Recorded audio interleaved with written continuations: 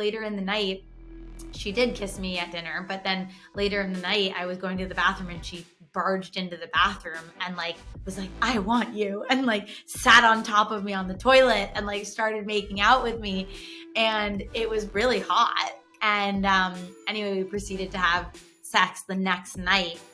Welcome back to Open Late. I'm your host, Jessica Esfandiari, and today we have a threesome. Yeah, I'm super excited for this. I've actually never had oh my God, I'm so female threesome. Delighted to be your first. Not on the show. Honored. Yeah. Oh wait, I actually did have one on the show. They're good friends of mine too. Were we not memorable? I've never had it in real life. It was so long ago. But this is going to be super fun. So today I have Aimee and Ellie from Desire on Fire, and they are both pleasure and intimacy experts helping high achieving women have pleasurable sex and satisfying relationships, which is so my jam.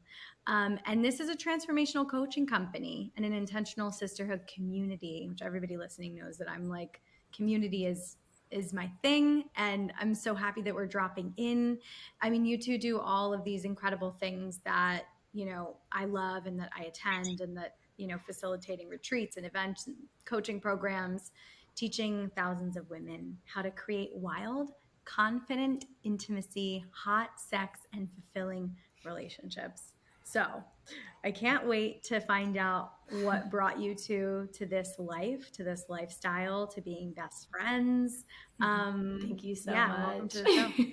Thank you so much. So honored to be here. Excited to dive in. Yeah, I love the bio because I was like, wait, is this about me? No, this is about me. So it's so fun to have like aligned women on the show. Yeah, I usually talk to most people about relationships and non-monogamy, people that are either in those relationships or a lot of experts who are either therapists focusing on it. You know, we've had the multitude of types of people on here, but more recently people that are just practicing. But I love what we're going to talk about today because you two have the perspective of helping people ignite like their pleasure, their turn on, and lead their lives sort of oriented towards their desires, which I think is super cool. And then we'll get into some of the personal stuff as well. Yeah. So I think because there's both of you, and Ellie, we've just met today. Aimee, we've sort of been peripheral friends, like zipping in and out of each other's lives very quickly. Just maybe for me and for the audience to get to know you two a bit better. What brought you two together to create this company? And we'll start there. I think that's a good place to start. Yeah. Perfect. So this is Ellie. And so Aimee and I met over 6 years ago, maybe 7 years ago in New York when we were both in our 20s. She was, I think, working in corporate at that point. I was building a health and wellness network marketing business and trying to recruit her to join my team. Because if you know Aimee, she's someone that you would want on your team, no matter what you're doing. Yeah. And so we met at a few different personal, we saw each other at different personal growth events, and we would, you know, get smoothies together. And she ended up not joining my team, but we stayed in touch. And around that time, I discovered personal growth work focused on intimacy and sensuality. I was really struggling in the area of dating and relationships. I really wanted to meet someone. You know, I was hardworking. I thought I, you know, had so much going for me. I did have so much going for me, of course. But I was, Aimee and I used to complain about men, literally, was our relationship. We would be like, where are the good men? Why can't we meet someone? No, none of these guys that we're dating are on our level. Which is so hilarious considering what we do now, which we'll share later.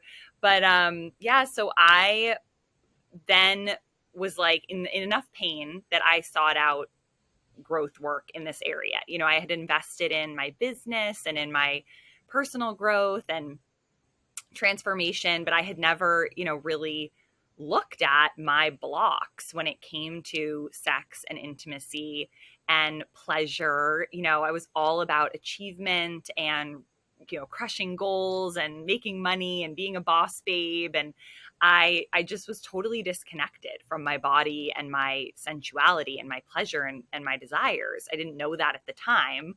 I just thought that it was the men's problem that my dating was so unfulfilling. And so I I ended up just diving into retreats and coaching programs, focused on in this area, and it completely changed my life. I ended up meeting my now husband, and we got engaged after 2 months. And I posted about it, and Aimee saw it and was like, "What are you doing?" And I was like, "Let me tell you." And that's when her journey in this specific work began. And we've just been sisters on this path ever since. Wow. I love it. You reached out and you were like, this looks very suspicious. Yeah. So I mean, I felt like she was a traitor because we had bonded over this, right? Bonded over like kind of hating men. And I was both like annoyed and also like turned on and jealous of her relationship success that I was seeing online. And so it piqued my interest, and I was willing to lean in and be like, Ellie, what are you doing? What's changed? And so she really encouraged me to start down this path of studying intimacy and learning about relationships and orgasm and desire. And so she forged the path. She started before me, and she kind of like welcomed me along the path with her. And you know, we worked with different teachers, Nicole Daydone and Mama Gina, and eventually Jaya, who I worked with, and many other amazing teachers and leaders and really trailblazers in the world of sexuality and relationships and orgasmic potential. And it was really confronting because Ellie and I were both very successful in the sort of like independent boss babe way. As she had mentioned, we had successful 6-figure businesses, but that was where we were comfortable. And my love life was a mess. My dating life was a mess. And I knew that I needed mentorship. I knew that I needed new tools and support in this arena, even though I've been doing personal development actually quite literally since I was 8, because my parents introduced me to different kinds of courses, even for kids. So I've been doing it forever, but not focused on sex and intimacy. So that's where it began. Wow. I love how you came together on this. And then, so I'm so interested in how your relationships then evolved, right, with partners. As you start to learn this, what's being dismantled for both of you? And what types of partners are you calling in to sort of unearth these like either social constructs or sort of like old belief systems about yourself and your pleasure, or, you know, like relationships in general in the first couple of years of doing this type of work? Yeah. And like, how long do we have? Yeah. Try to keep this brief. I'll just say, yeah, that's such a good question, Jessica. So my big pattern that I noticed, I was working with a coach, you know, and I went through a breakup with a guy that I dated for a year, and I was not vulnerable for the entire year. Like, I felt so blocked, and I was like, this is just so painful, and I don't know what is up with this relationship. And I later learned it's because I didn't know how to initiate vulnerability. Like, I was unwilling to we call it saying the deeper thing. You know, I would keep it surface. I was too uncomfortable to name like the things that were coming up for me that felt vulnerable. So I was obsessed with the future. So I would start dating a guy, and I would immediately be like, okay, is he husband material? Like, blah, blah, blah. And then it would cut off my ability to be real, to say, you know, the truth, because I was so focused on, you know, where is this going, and judging the guy, really. Yeah. And like, did he And fit my checklist? Yeah. yeah, I was just going to say, I think then that also creates so much risk, because once you start to envision this thing in the future that you think you might have, you're like, oh, I can't do anything that will damage that, the potential. Yes. Totally. And I would get attached, and yeah. And then I wasn't really in relationships. I was just attached to the guy and like this image or this idea of the future. Totally. So I had a coach say to me, why don't you just practice being vulnerable with men, dating, being yourself, being real, taking risks, saying things that you think are going to freak them out, you know, getting connected in that way without picturing your furniture in their apartment. I love Like, it. that was my homework. What a great exercise. Right? It's so brilliant. And so it was during that time that I met my now husband, and he was perfect. I had no idea at the time that he would be my husband. Was pretty sure, in fact, that there was absolutely no way that it didn't even cross my mind that he would be my life partner. He lived in Cape Town. He was 14 years older than me, which for me now I don't think it's a big deal at all. For me at the time, it was like I was 26, he was 40. I was like, I had never dated an older man, only guys like my own age. And so that was confronting. He was kind of a bad boy. He used to be an addict. And I just was like, he was interesting to me. We had a lot of, he challenged me. He was the perfect person to practice this stuff with, because he's all about, truth and saying the thing. And he would call me out when I was being fake or, not being, he would say it. I was saying things without actually saying things, just talking like total surface level.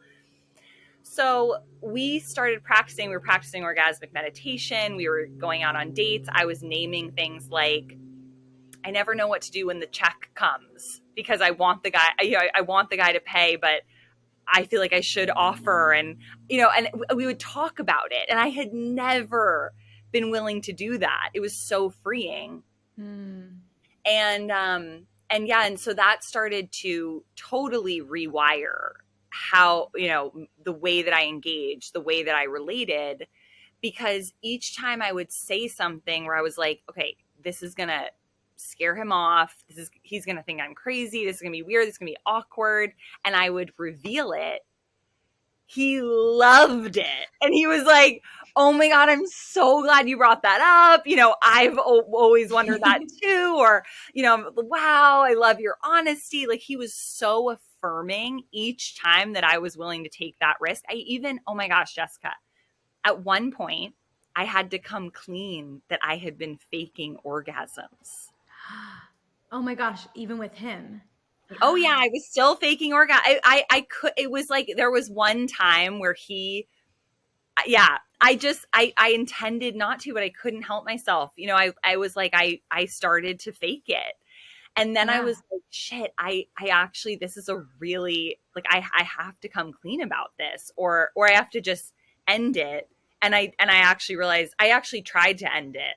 And then I realized I didn't want to. And I was like, all right, well, that means that I have to come clean. And it felt like a death. Like, I was like, he is going to run for the hills, For sure.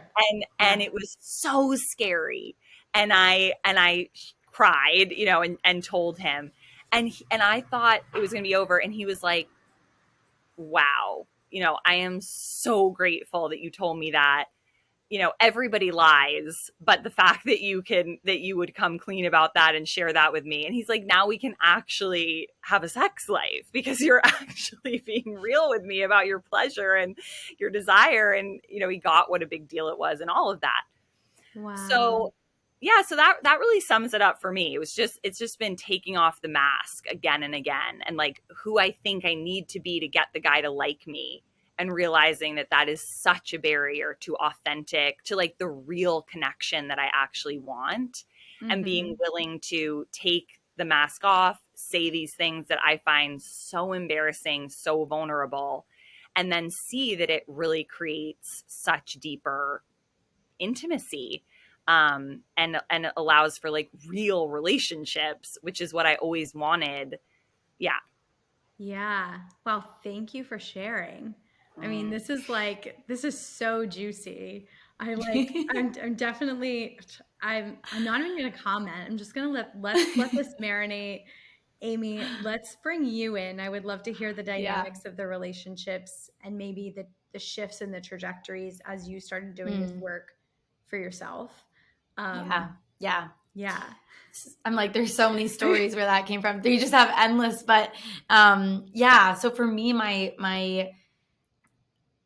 I just, okay. I'm like, where to even, I didn't trust men, and I kind of just thought men were idiots. Like that's just sort of how I related to men before this work. And it's interesting because I have an amazing dad and amazing relationship example with my parents, right? They're still married. They love each other. My parents are really educated, really brilliant. So are Ellie's. Like we have these amazing examples of parents, but still didn't get spared the conditioning and the experiences of get spared from the conditioning, right? Like I went to college, was in a sorority, so I heard frat guys talking about women, and like my friends were frat guys, and so I heard them just like talking about women's bodies and talking about fucking women and just all this stuff. And bless my friends, I love them, but like they were doing the best they could with the tools that they had, and like their source of education for sex and relationships was porn, and so that's what I internalized and had a lot of body shame. I couldn't be naked fully with men. Like in sex, I would wear a bra or like would kind of cover myself or just not feel free. I wouldn't fake orgasms. I've always been pretty climactic. Like I could have orgasms. We call them climaxes because we separate the difference between orgasmic energy and climax. But I could orgasm easily, and I still would put on a show. I would still fake it. Not fake orgasms, but I would fake moans, fake like having the performance of sex because I wanted to make sure they were liking it. I felt really insecure in bed. I didn't like to touch cock because I was like, I'm doing it wrong. I didn't want to get blowjobs because I was afraid of fucking it up. My performance stuff was very high, very strong in my life and in my sex. And it really hindered my ability to feel and let go and be free in my sex. And so, yeah, dating was a mess. I pretty much avoided it. Like I lived in New York before LA, and I like went on a few dates, and I was just really hyper focused on my work and my personal development, my volunteer work, my marathon training, and like everything else. And then I started this work when I moved to LA, and I went from like not having sex for almost 2 years because I had felt very rejected by a man that I really liked. And I dove into this work, and my body started to thaw. I was very frozen. And I think a lot of women are in our culture. And through orgasmic meditation, which Ellie shared about, and learning these practices of connecting to my body began to thaw, and I felt more emotions. I became more sensitive. My pussy became more sensitive. And I started to just feel more in my life. And I became more trusting and receptive to men through these different practices. And my body started to turn on, and I started to have sex again. I remember the first time I had had sex in a couple of years post feeling really rejected and heartbroken. And, I had a lot of stories. I suck at sex. My body must not be good enough. I must not be, sexy enough. And I had sex for the first time after starting this work, and it was so sensational. And I cried at the peak of climax with this man. It was so expansive, and I'm like, I can't even describe how much sensation I felt in my body, and how safe I felt in my body, and in connection to a man. And it wasn't somebody I was dating. It was just somebody that I had met in a retreat. And it was a whole new trajectory for me with men. And I got into a relationship with a man that I met in this work, and it was like nothing I'd ever experienced. It was so real, and our sex was so expansive, and we were talking about all of these things and like sharing the deeper thing and revealing the desires and sharing desires for other people and sharing the jealousy that would come up and like all of the stuff, and just revealing the deeper thing over and over again, which was so new for me. And one of the big things our teachers taught us and instilled in us is being willing to say the thing that could end the relationship. And, we both practiced that at that time and still do. And that was so edgy. Like, just sharing the things and starting to learn. I started to practice and really learn how to access like my shadow in that work, like my crazy bitch and my jealous bitch. Like, I was totally the independent woman, cool girl. Like, I was like, no, I'm not jealous. No, I'm fine. I get it. Like, you have desire for somebody else. And like, I could be all like calm, cool, and collected, but like actually I was jealous, or it would come out sideways later where I was resentful. And he's like, why are you resentful? And it's because I was withholding and suppressing my jealousy. Right. Mm-hmm. So, and as you spoke to, Jessica, on our podcast, just like how that was so much deeper stuff that I needed to excavate and share with him. So I really practiced that in that relationship. And my relationships now look so different from that, which was 3-4 years ago. Mm-hmm. Yeah. I mean, it sounds like just a massive evolution too. And, Ellie, you've been with your husband, Rob, now for Rob, right?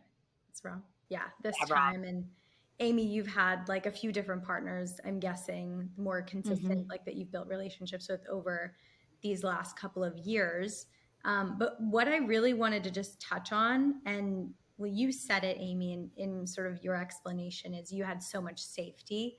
And it's interesting, like when you were sharing your experience, Ellie, that's what kept coming up for me. It's like when you are already just super authentic, you're creating that safety for yourself, in that I'm already accepting myself, right?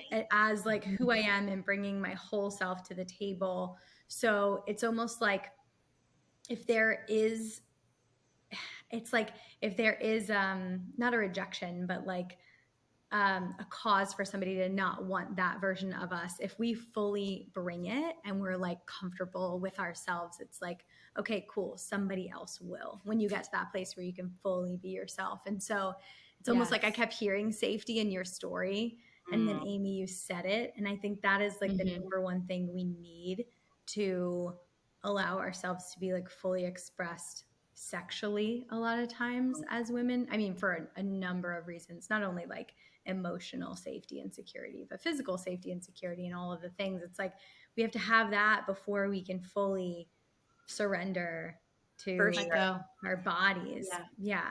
And I think too, it's being really honest and again, authentic about what we actually want and need.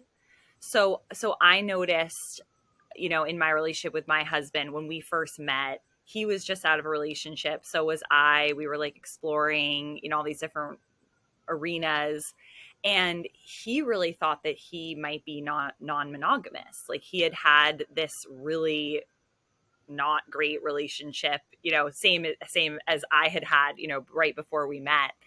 And he's like, maybe I'm just not built for a long-term, monogamous relationship. Maybe I should explore, which is what brought him to, orgasmic meditation. And I was like, I'm open, which felt true for me, in the beginning. It was like, I'm open. Like I've always had desires to explore with women, and, I've had threesomes. Like I love that.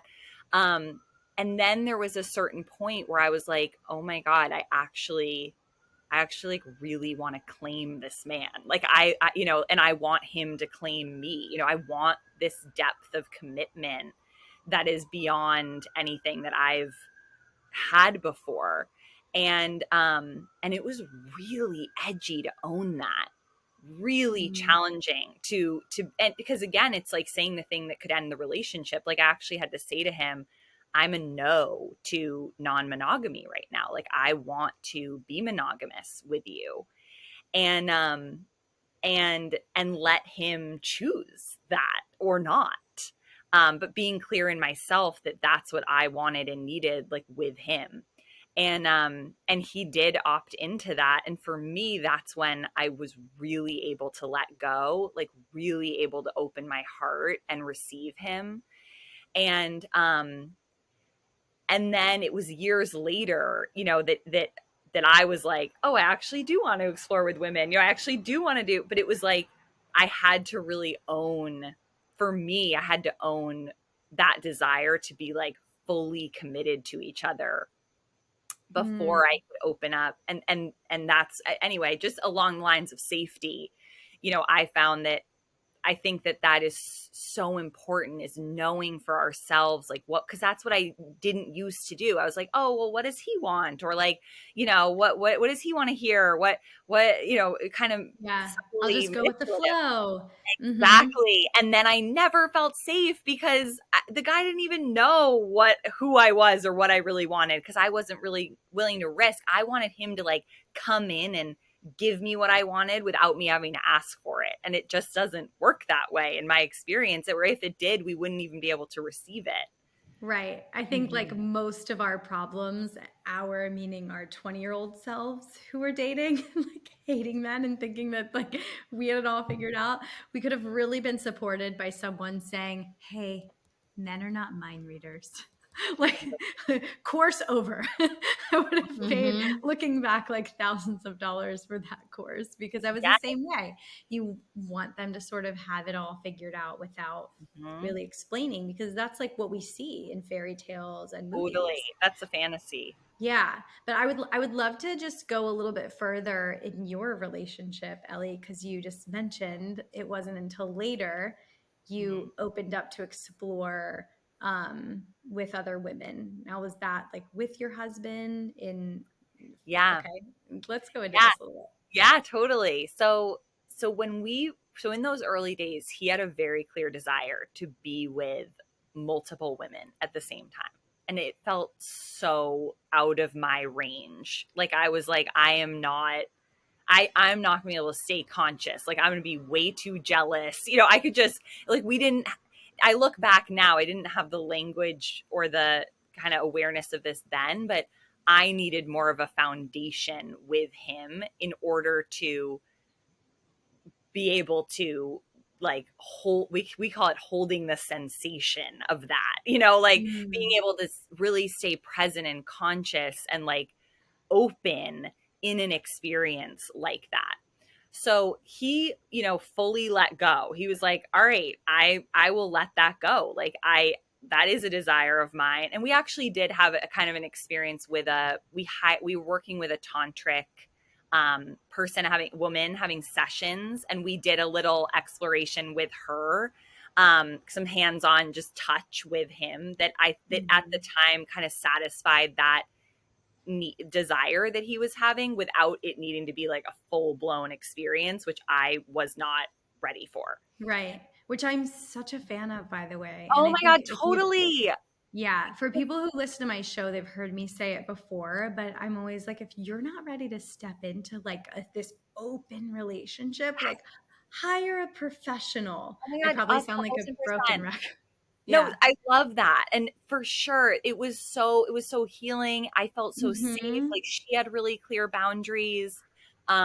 She So held both of great. us through what was coming up for each of us. It was perfect at the time. And then and she actually also supported me in being able to say to him, like, I want to be monogamous with you, because she kind of felt it. She was like, you don't feel like a full yes to like Yeah. what he's proposing. And I was like, oh, it gave me permission to own Yeah. my no, which I hadn't gone Mm. through that portal yet, of like learning to really hold my no and have that be okay. um so yeah, and then, probably 2 years later, I'm in a yoga class and I'm in shavasana, and I was so open, and I'm lying there, and I just got this full download that like I wanted to have this threesome with Rob and this woman who I barely knew, but I knew that she was actually dating women at the time. And she just like came into my field in that moment. Like I just got so turned on. And I was like, I want to have this experience. And then Aimee, being the amazing friend that she is, everyone needs an Aimee in their life. I feel very blessed. Set up and facilitated a play party. Literally just, I believe, there were other reasons I'm sure she did it, but pretty much to create the space for this to happen for me and my husband and this woman. Oh, this is amazing. Yeah, it was so fun. It was amazing. And so she put together this play party with some friends, and then there were probably like 12 people there. Yeah. Yeah, it was Aimee, we rented. Was that your full intention? Were you like, this is just Well, I think we're very spiritual in our work, in our communities. We talk about God or goddess, spirit, whatever you want to call it, often. So I'm like, I think it was just God, spirit, just working through me to support that, because looking back, I'm kind of like, why did we do that? Like it was so like, I'm like, what was the deeper spiritual reason for this play party? And it was totally that. I had just gotten out of a relationship with the man that I was referencing earlier, this first new, beautiful, like profound relationship that I'd had starting this work. And we had just ended things, and I was a mess because I was just really feeling all of it. Mm-hmm. It's like the perks of this work is you feel all the pleasure, and you also feel all the pain and the heartbreak deeply. So I was feeling that. And I was with some friends, and we were talking about play parties for some reason at our friend's birthday. And then we were like, let's plan one. And it just felt right. And it all came together, and it was really fun. It was my first time planning a play party, and I love planning events. So it was just fun. And, with a bunch of our conscious community, kind of sex positive community friends. And I told this woman, who's one of my closest friends, I just said, oh, Ellie had a dream that you guys had a threesome. What do you think about that? Just to gauge her interest, because I didn't want to break, not that like it was confidential, but like I didn't want to break that, that trust in Ellie just sharing this desire with me, because it wasn't quite the spot for me to share that with her. Wasn't quite my place. So I just said, what do you think about that she just had the dream randomly about it? And she was like, oh, that's really hot. Like, I would love that. So I knew she was interested. And then I was like, oh, perfect.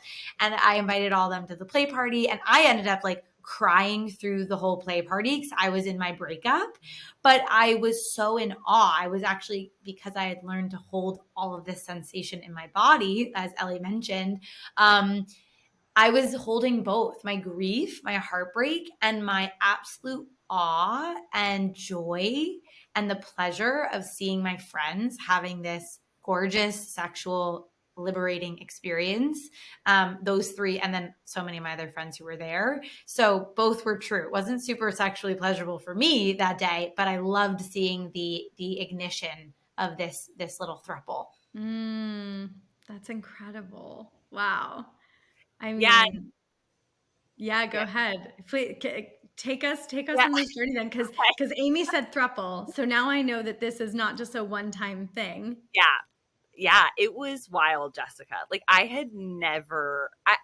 could never have conceived that something like this was possible. I had only up to that point experienced, like A, crushes on men, B, like, this kind of love and deep attraction and just connection with my husband, because he's really been my only relationship since, like, main romantic relationship since I found this work and these tools. Mm-hmm. So my husband and I both had a major crush on this woman. We were like teenagers. Like, it was so wild to experience that.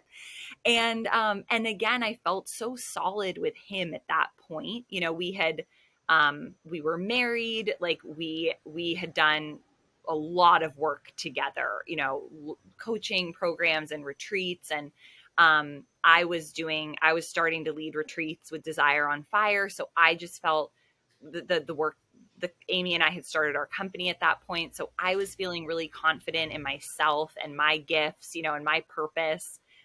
I was just in a solid place in my life. And so I was able to receive this incredible gift of an experience and really take such delight in my husband's attraction towards this woman, in my own attraction to her. We had, I think, God, it was a while ago now, but we would go on, I think, a date every couple weeks. The whole thing lasted, I think, about 2 to 3 months. So it wasn't super long. But we, it was pretty consistent. Like we had a date, every week, every other week. And we went out to dinner, we would chat, like we all got along really well, just personally. And it was really fun to see my husband's connection with this woman, because she was starting to open up to men. I don't need to go into her whole story, but just like there were so many dynamics in it that were so fun and like expansive and fascinating. I loved watching him like bring out more of her, because it kind of allowed, because that he had done that, that had been what had happened with our dynamic in the beginning. And so it was really kind of cool to see that through a different lens and see her expand to like receive it.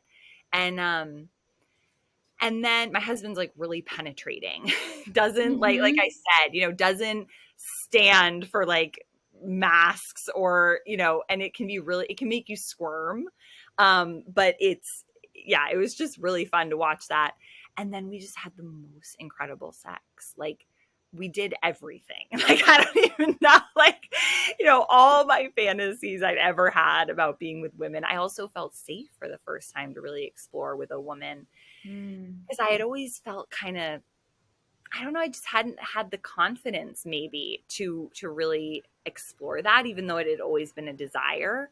And I think something about being so like rooted and grounded in my relationship with Rob allowed me to like just fully let myself go into like every fantasy I'd ever had. And she and I had a real, okay, this is the other thing that I want to say about, and maybe we even edit. I'm saying a lot of different things, so I don't know how much we want to talk about this, but this is something that I really want to share about this.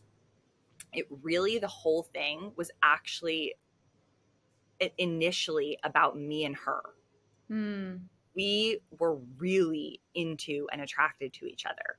Yeah. And so that, I think too, is what was so different about this than any previous experience I had had, is it was so led by me and my desire. And he was like supporting the whole thing. So it was like her and I having this incredible electric connection, incredible sex. And then him like supporting it and backing it and being in fucking awe, watching us, like, contributing where he like saw, like felt that it was, would add and kind of amplify what we had going on. And I loved that. Like that was just, it was like exactly what I wanted in that way. So it didn't feel, it just was so much about me and her, which was fascinating. Wow. I'm loving this so much, because it sounds almost to the T of like the beginning of my relationship with my husband and Lauren. And I had no idea before we started recording that this was like Oh, wow. the full story. I mean, I knew like a little tiny tidbits, but it's so cool to hear someone else reflect. The one thing that really jumps out to me and that I just want to like shine a little light on is how you said it was great to witness him sort of helping another person blossom in that way that like he was with her. So it's funny because Pasha's extremely penetrative as well. Like you just can't get out of his gaze. And he has this kind of like look that allows people to just be themselves and to like get really courageous and be really authentic. And like it's hard to stay in his space unless you're going to be that type of person. And so Yeah. seeing that happened the way that it happened for me with him, because like I grew so much in the first 6 months of even knowing him, because like I had to rise to that occasion. And then watching that happen with another woman was one of the most like attractive and just beautiful experiences of my life post falling in love with him myself, was watching like this deep chemistry and connection and acceptance between him and another person, and space to be free to play in. And so you speaking that, I'm like, oh my God, like I've never heard anyone else talk about it. And I've heard lots of beautiful stories about, you know, non-monogamy and polyamory and everything, but you really just spoke to something I think that's very unique. That like that was one of the most beautiful things. It's almost like I got to relive from the outside, seeing what it probably looked like when I was falling in love with him. And that is so wild. And then also like how you said that this was really about the two of you. Because similar for me, Lauren was the first woman that I ever felt romantic feelings for, that I ever felt deep intimacy for. Sure, I was attracted to other women, loved having sex with them, but nothing ever went below that surface. And so it's just so incredible to like have the freedom as a woman to really blossom with like to almost like be in that garden with other women, and you're both just like flowers, like fully like, okay, we're like shining towards the sun and like being our feminine together. And yeah, so I really appreciate you sharing this story. I think for probably, you said maybe the first time in this way. Yeah, and you know what's so funny is I'm at my parents' house right now. I just want to name this because I'm like I'm like actually good with like talking about this publicly, but I notice that my edge is like talking about it publicly and having my parents here. This So, is so wild. it's just good to notice our edges, right? And so for anyone listening, it's not because I noticed that I would be like sex, and I have nothing on talking about sex, but the edge is having my parents hear it. So you know, always expanding. Aimee is completely comfortable having her parents here. We have her mom in our courses, and she's like so comfortable with having her parents hear it. And yeah, Aimee, you were saying that when we were recording for your show, and I was like, that's incredible. That's when you know like you're really doing what you're meant to do, and your parents can see you like as a teacher and as a model. I think for many of us, like I'm in my late 30s, and we're probably around the same ages. Like your parents do start to look at you as like, oh, I'm learning from you, right? But that's the super cool part of it. And I actually want to, if we can, jump back to you, Aimee, because so I recently was listening to some of your shows, and I listened. This was like a very recent show where you talked about the first time you've ever had sex with a woman, and something that you thought you like weren't really ever going to be into at all. No. Okay. No. Like I want to know. Yeah. Yeah, it's so perfect, you know, the perfect timing. Yeah, I've never, okay, I don't want to say never. I'll tell you about it, but I rarely have been attracted to women. I think women are beautiful. I think women are sexy and beautiful and exquisite, but I haven't been physically, sexually attracted to women most of the time.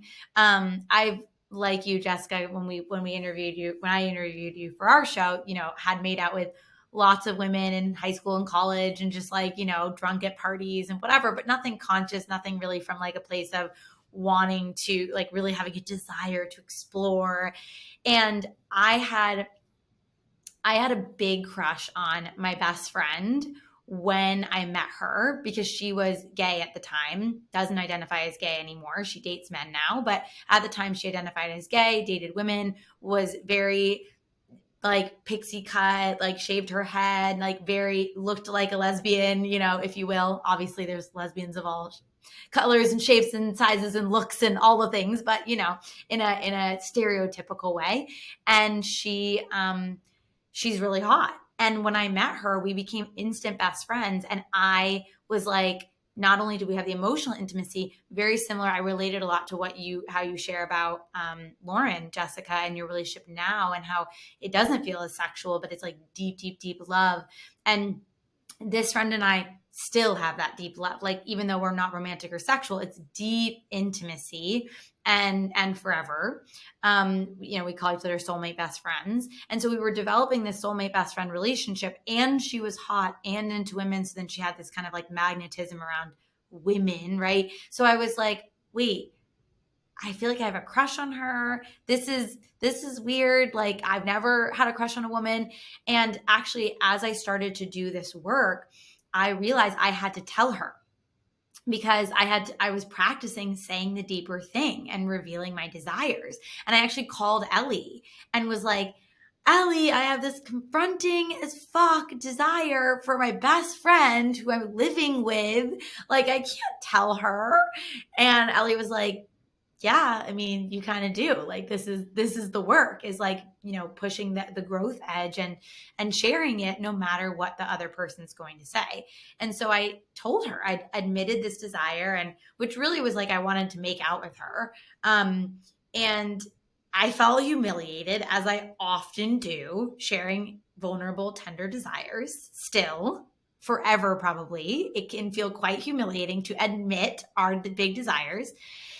And she received it beautifully, and she didn't say she wanted it too, but I kind of expected that. I could already feel that. It was just the big deal was just telling her, and just letting her see me and being vulnerable and being willing to, like, fall on my face, if you will, with not getting the response that I would have wanted or thought I needed to be validated. Right. So I told her, and it was fine and beautifully received, and we carried on with our life. And actually that feeling dissipated after I told her. I just needed to tell her. Anyway, that was it for a long time. There was like one other time I thought that I was attracted to a woman, probably could have made out with her, but like still nothing super deep. Anyway, until a couple months ago, I was in Bali, and this woman walks into a dinner party, and I was like, yeah, she's beautiful. I wasn't like, oh, I want her. But we started chatting, and she really wanted me. And she told me and was like, I want to kiss you. And I was like really I'm very receptive now. I've learned to be very receptive, so I can receive people's desires with a lot of grace and gratitude. So I was like, wow, beautiful. Like, you can kiss me, And then later in the night, she did kiss me at dinner, but then later in the night, I was going to the bathroom, and she barged into the bathroom and like was like, I want you, and like sat on top of me on the toilet and like started making out with me. And it was really hot. And anyway, we proceeded to have sex the next night, which was her birthday, at her Airbnb the night before she left Bali. She lives in India. And it was so hot and so beautiful and so intimate. And really, I got to use all the tools that I use with men. Like, these tools are so helpful and supportive to conscious relating universally, no matter whom you're dating or how many people. And it was so powerful to have a conscious sex conversation with her, talk about desires, talk about boundaries, or talk about our sexual health practices, and really get into how do we want to connect, and what's in our comfort zone, and what's maybe pushing our comfort zone, but we want to explore. And it was so beautiful. And also, it was beautiful to get reflected to me my orgasm, because she was amazed by my orgasm, because I don't just climax like a sneeze. Because I have been practicing orgasmic meditation and self-pleasure practices and tantra, I have a really expanded orgasmic experience and like an orgasmic, I would say, like, range. And so I was really riding these different waves of orgasm with her, and she was like, wow, like, how do you do that? You know, she was really, and that was really cool for me to just have reflected back to me, because I'm kind of like used to it now, you know? And so that was really beautiful to experience, and to be reminded of like how far I've come in my relationship to my orgasm, and in how I am consciously creating my sexual experiences with people now. Wow. Wild. Thank you for sharing. Yeah. I just like, so good. Something that you said that I just want to touch on that I think is really interesting. And it was like a little aside that you said the feeling kind of dissipated after you shared it. And I've never Mm-hmm. really talked about that a lot on the show, but I actually think that just for people who are listening, and this is like a total tangent from what we're talking about, but I think it's so important to touch on, is like a lot of times when we don't share the thing, it builds, right? Whether that's like a sexual desire or a little secret or this or that or the other thing, when there is something that's no mission and we don't speak it and release it, it just builds. And you can like try to ignore it, but the more you like resist something, it will persist. And I find that for people who are in more just like maybe open style or authentic style relationships, whatever it is, because we've gotten to the practice of like naming a desire, whether it's a fantasy or whether it's a desire for another human other than our partner. These things have breathing room, and then they can just like go away.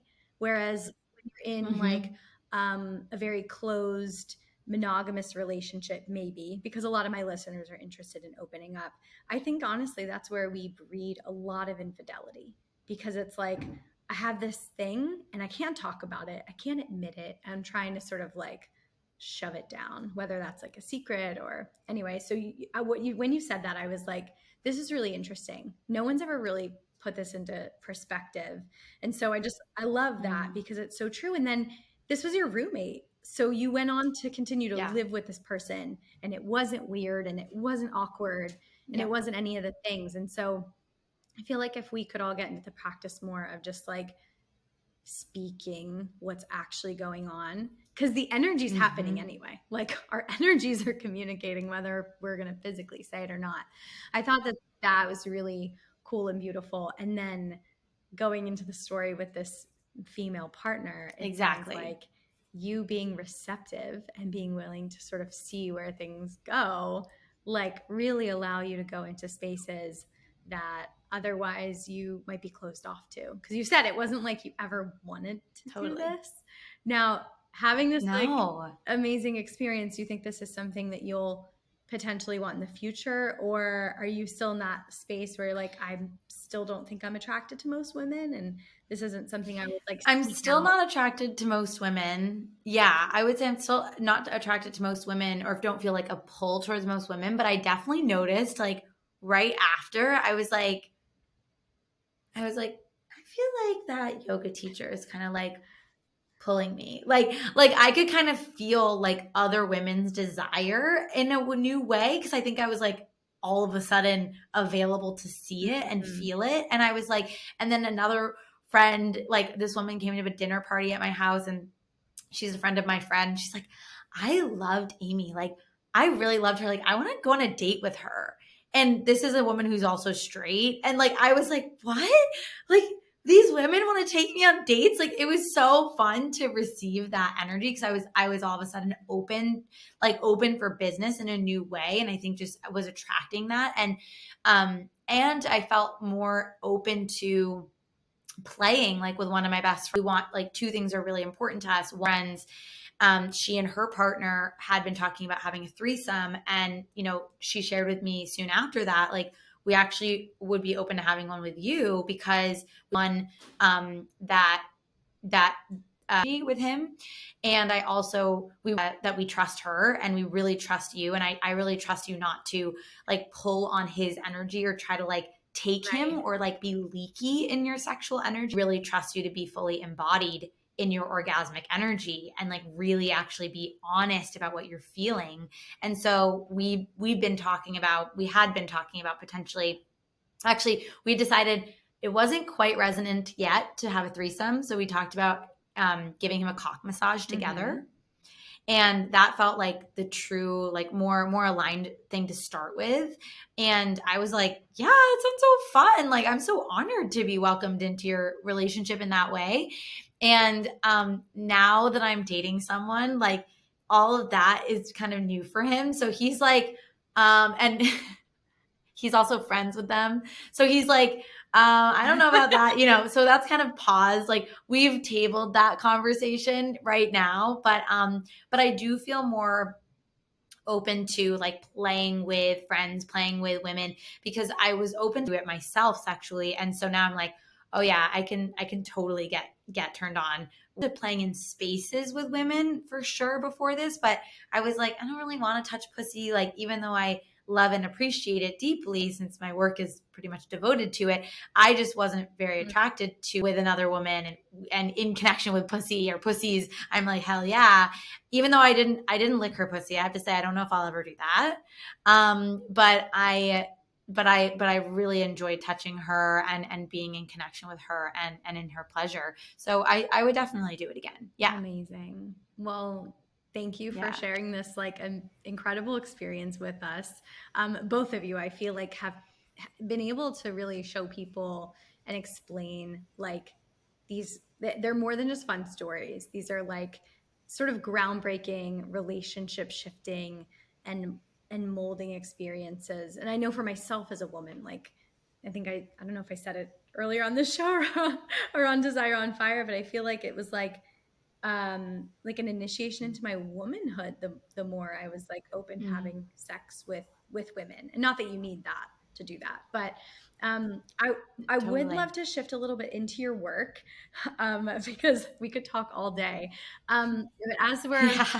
as we're sort of bringing this back around to like what you two are up to. I mean, and Ellie, my gosh, she just became a new mom, so I'm sure work balance looks really different right now.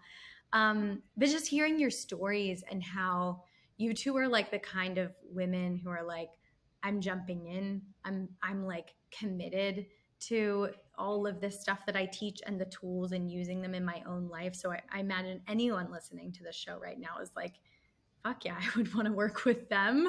And I know that you've like had a lot of retreats in the past, but I guess what is like most exciting for you right now? And I guess what's like a current offering that people could jump into if they want to start working with you right away?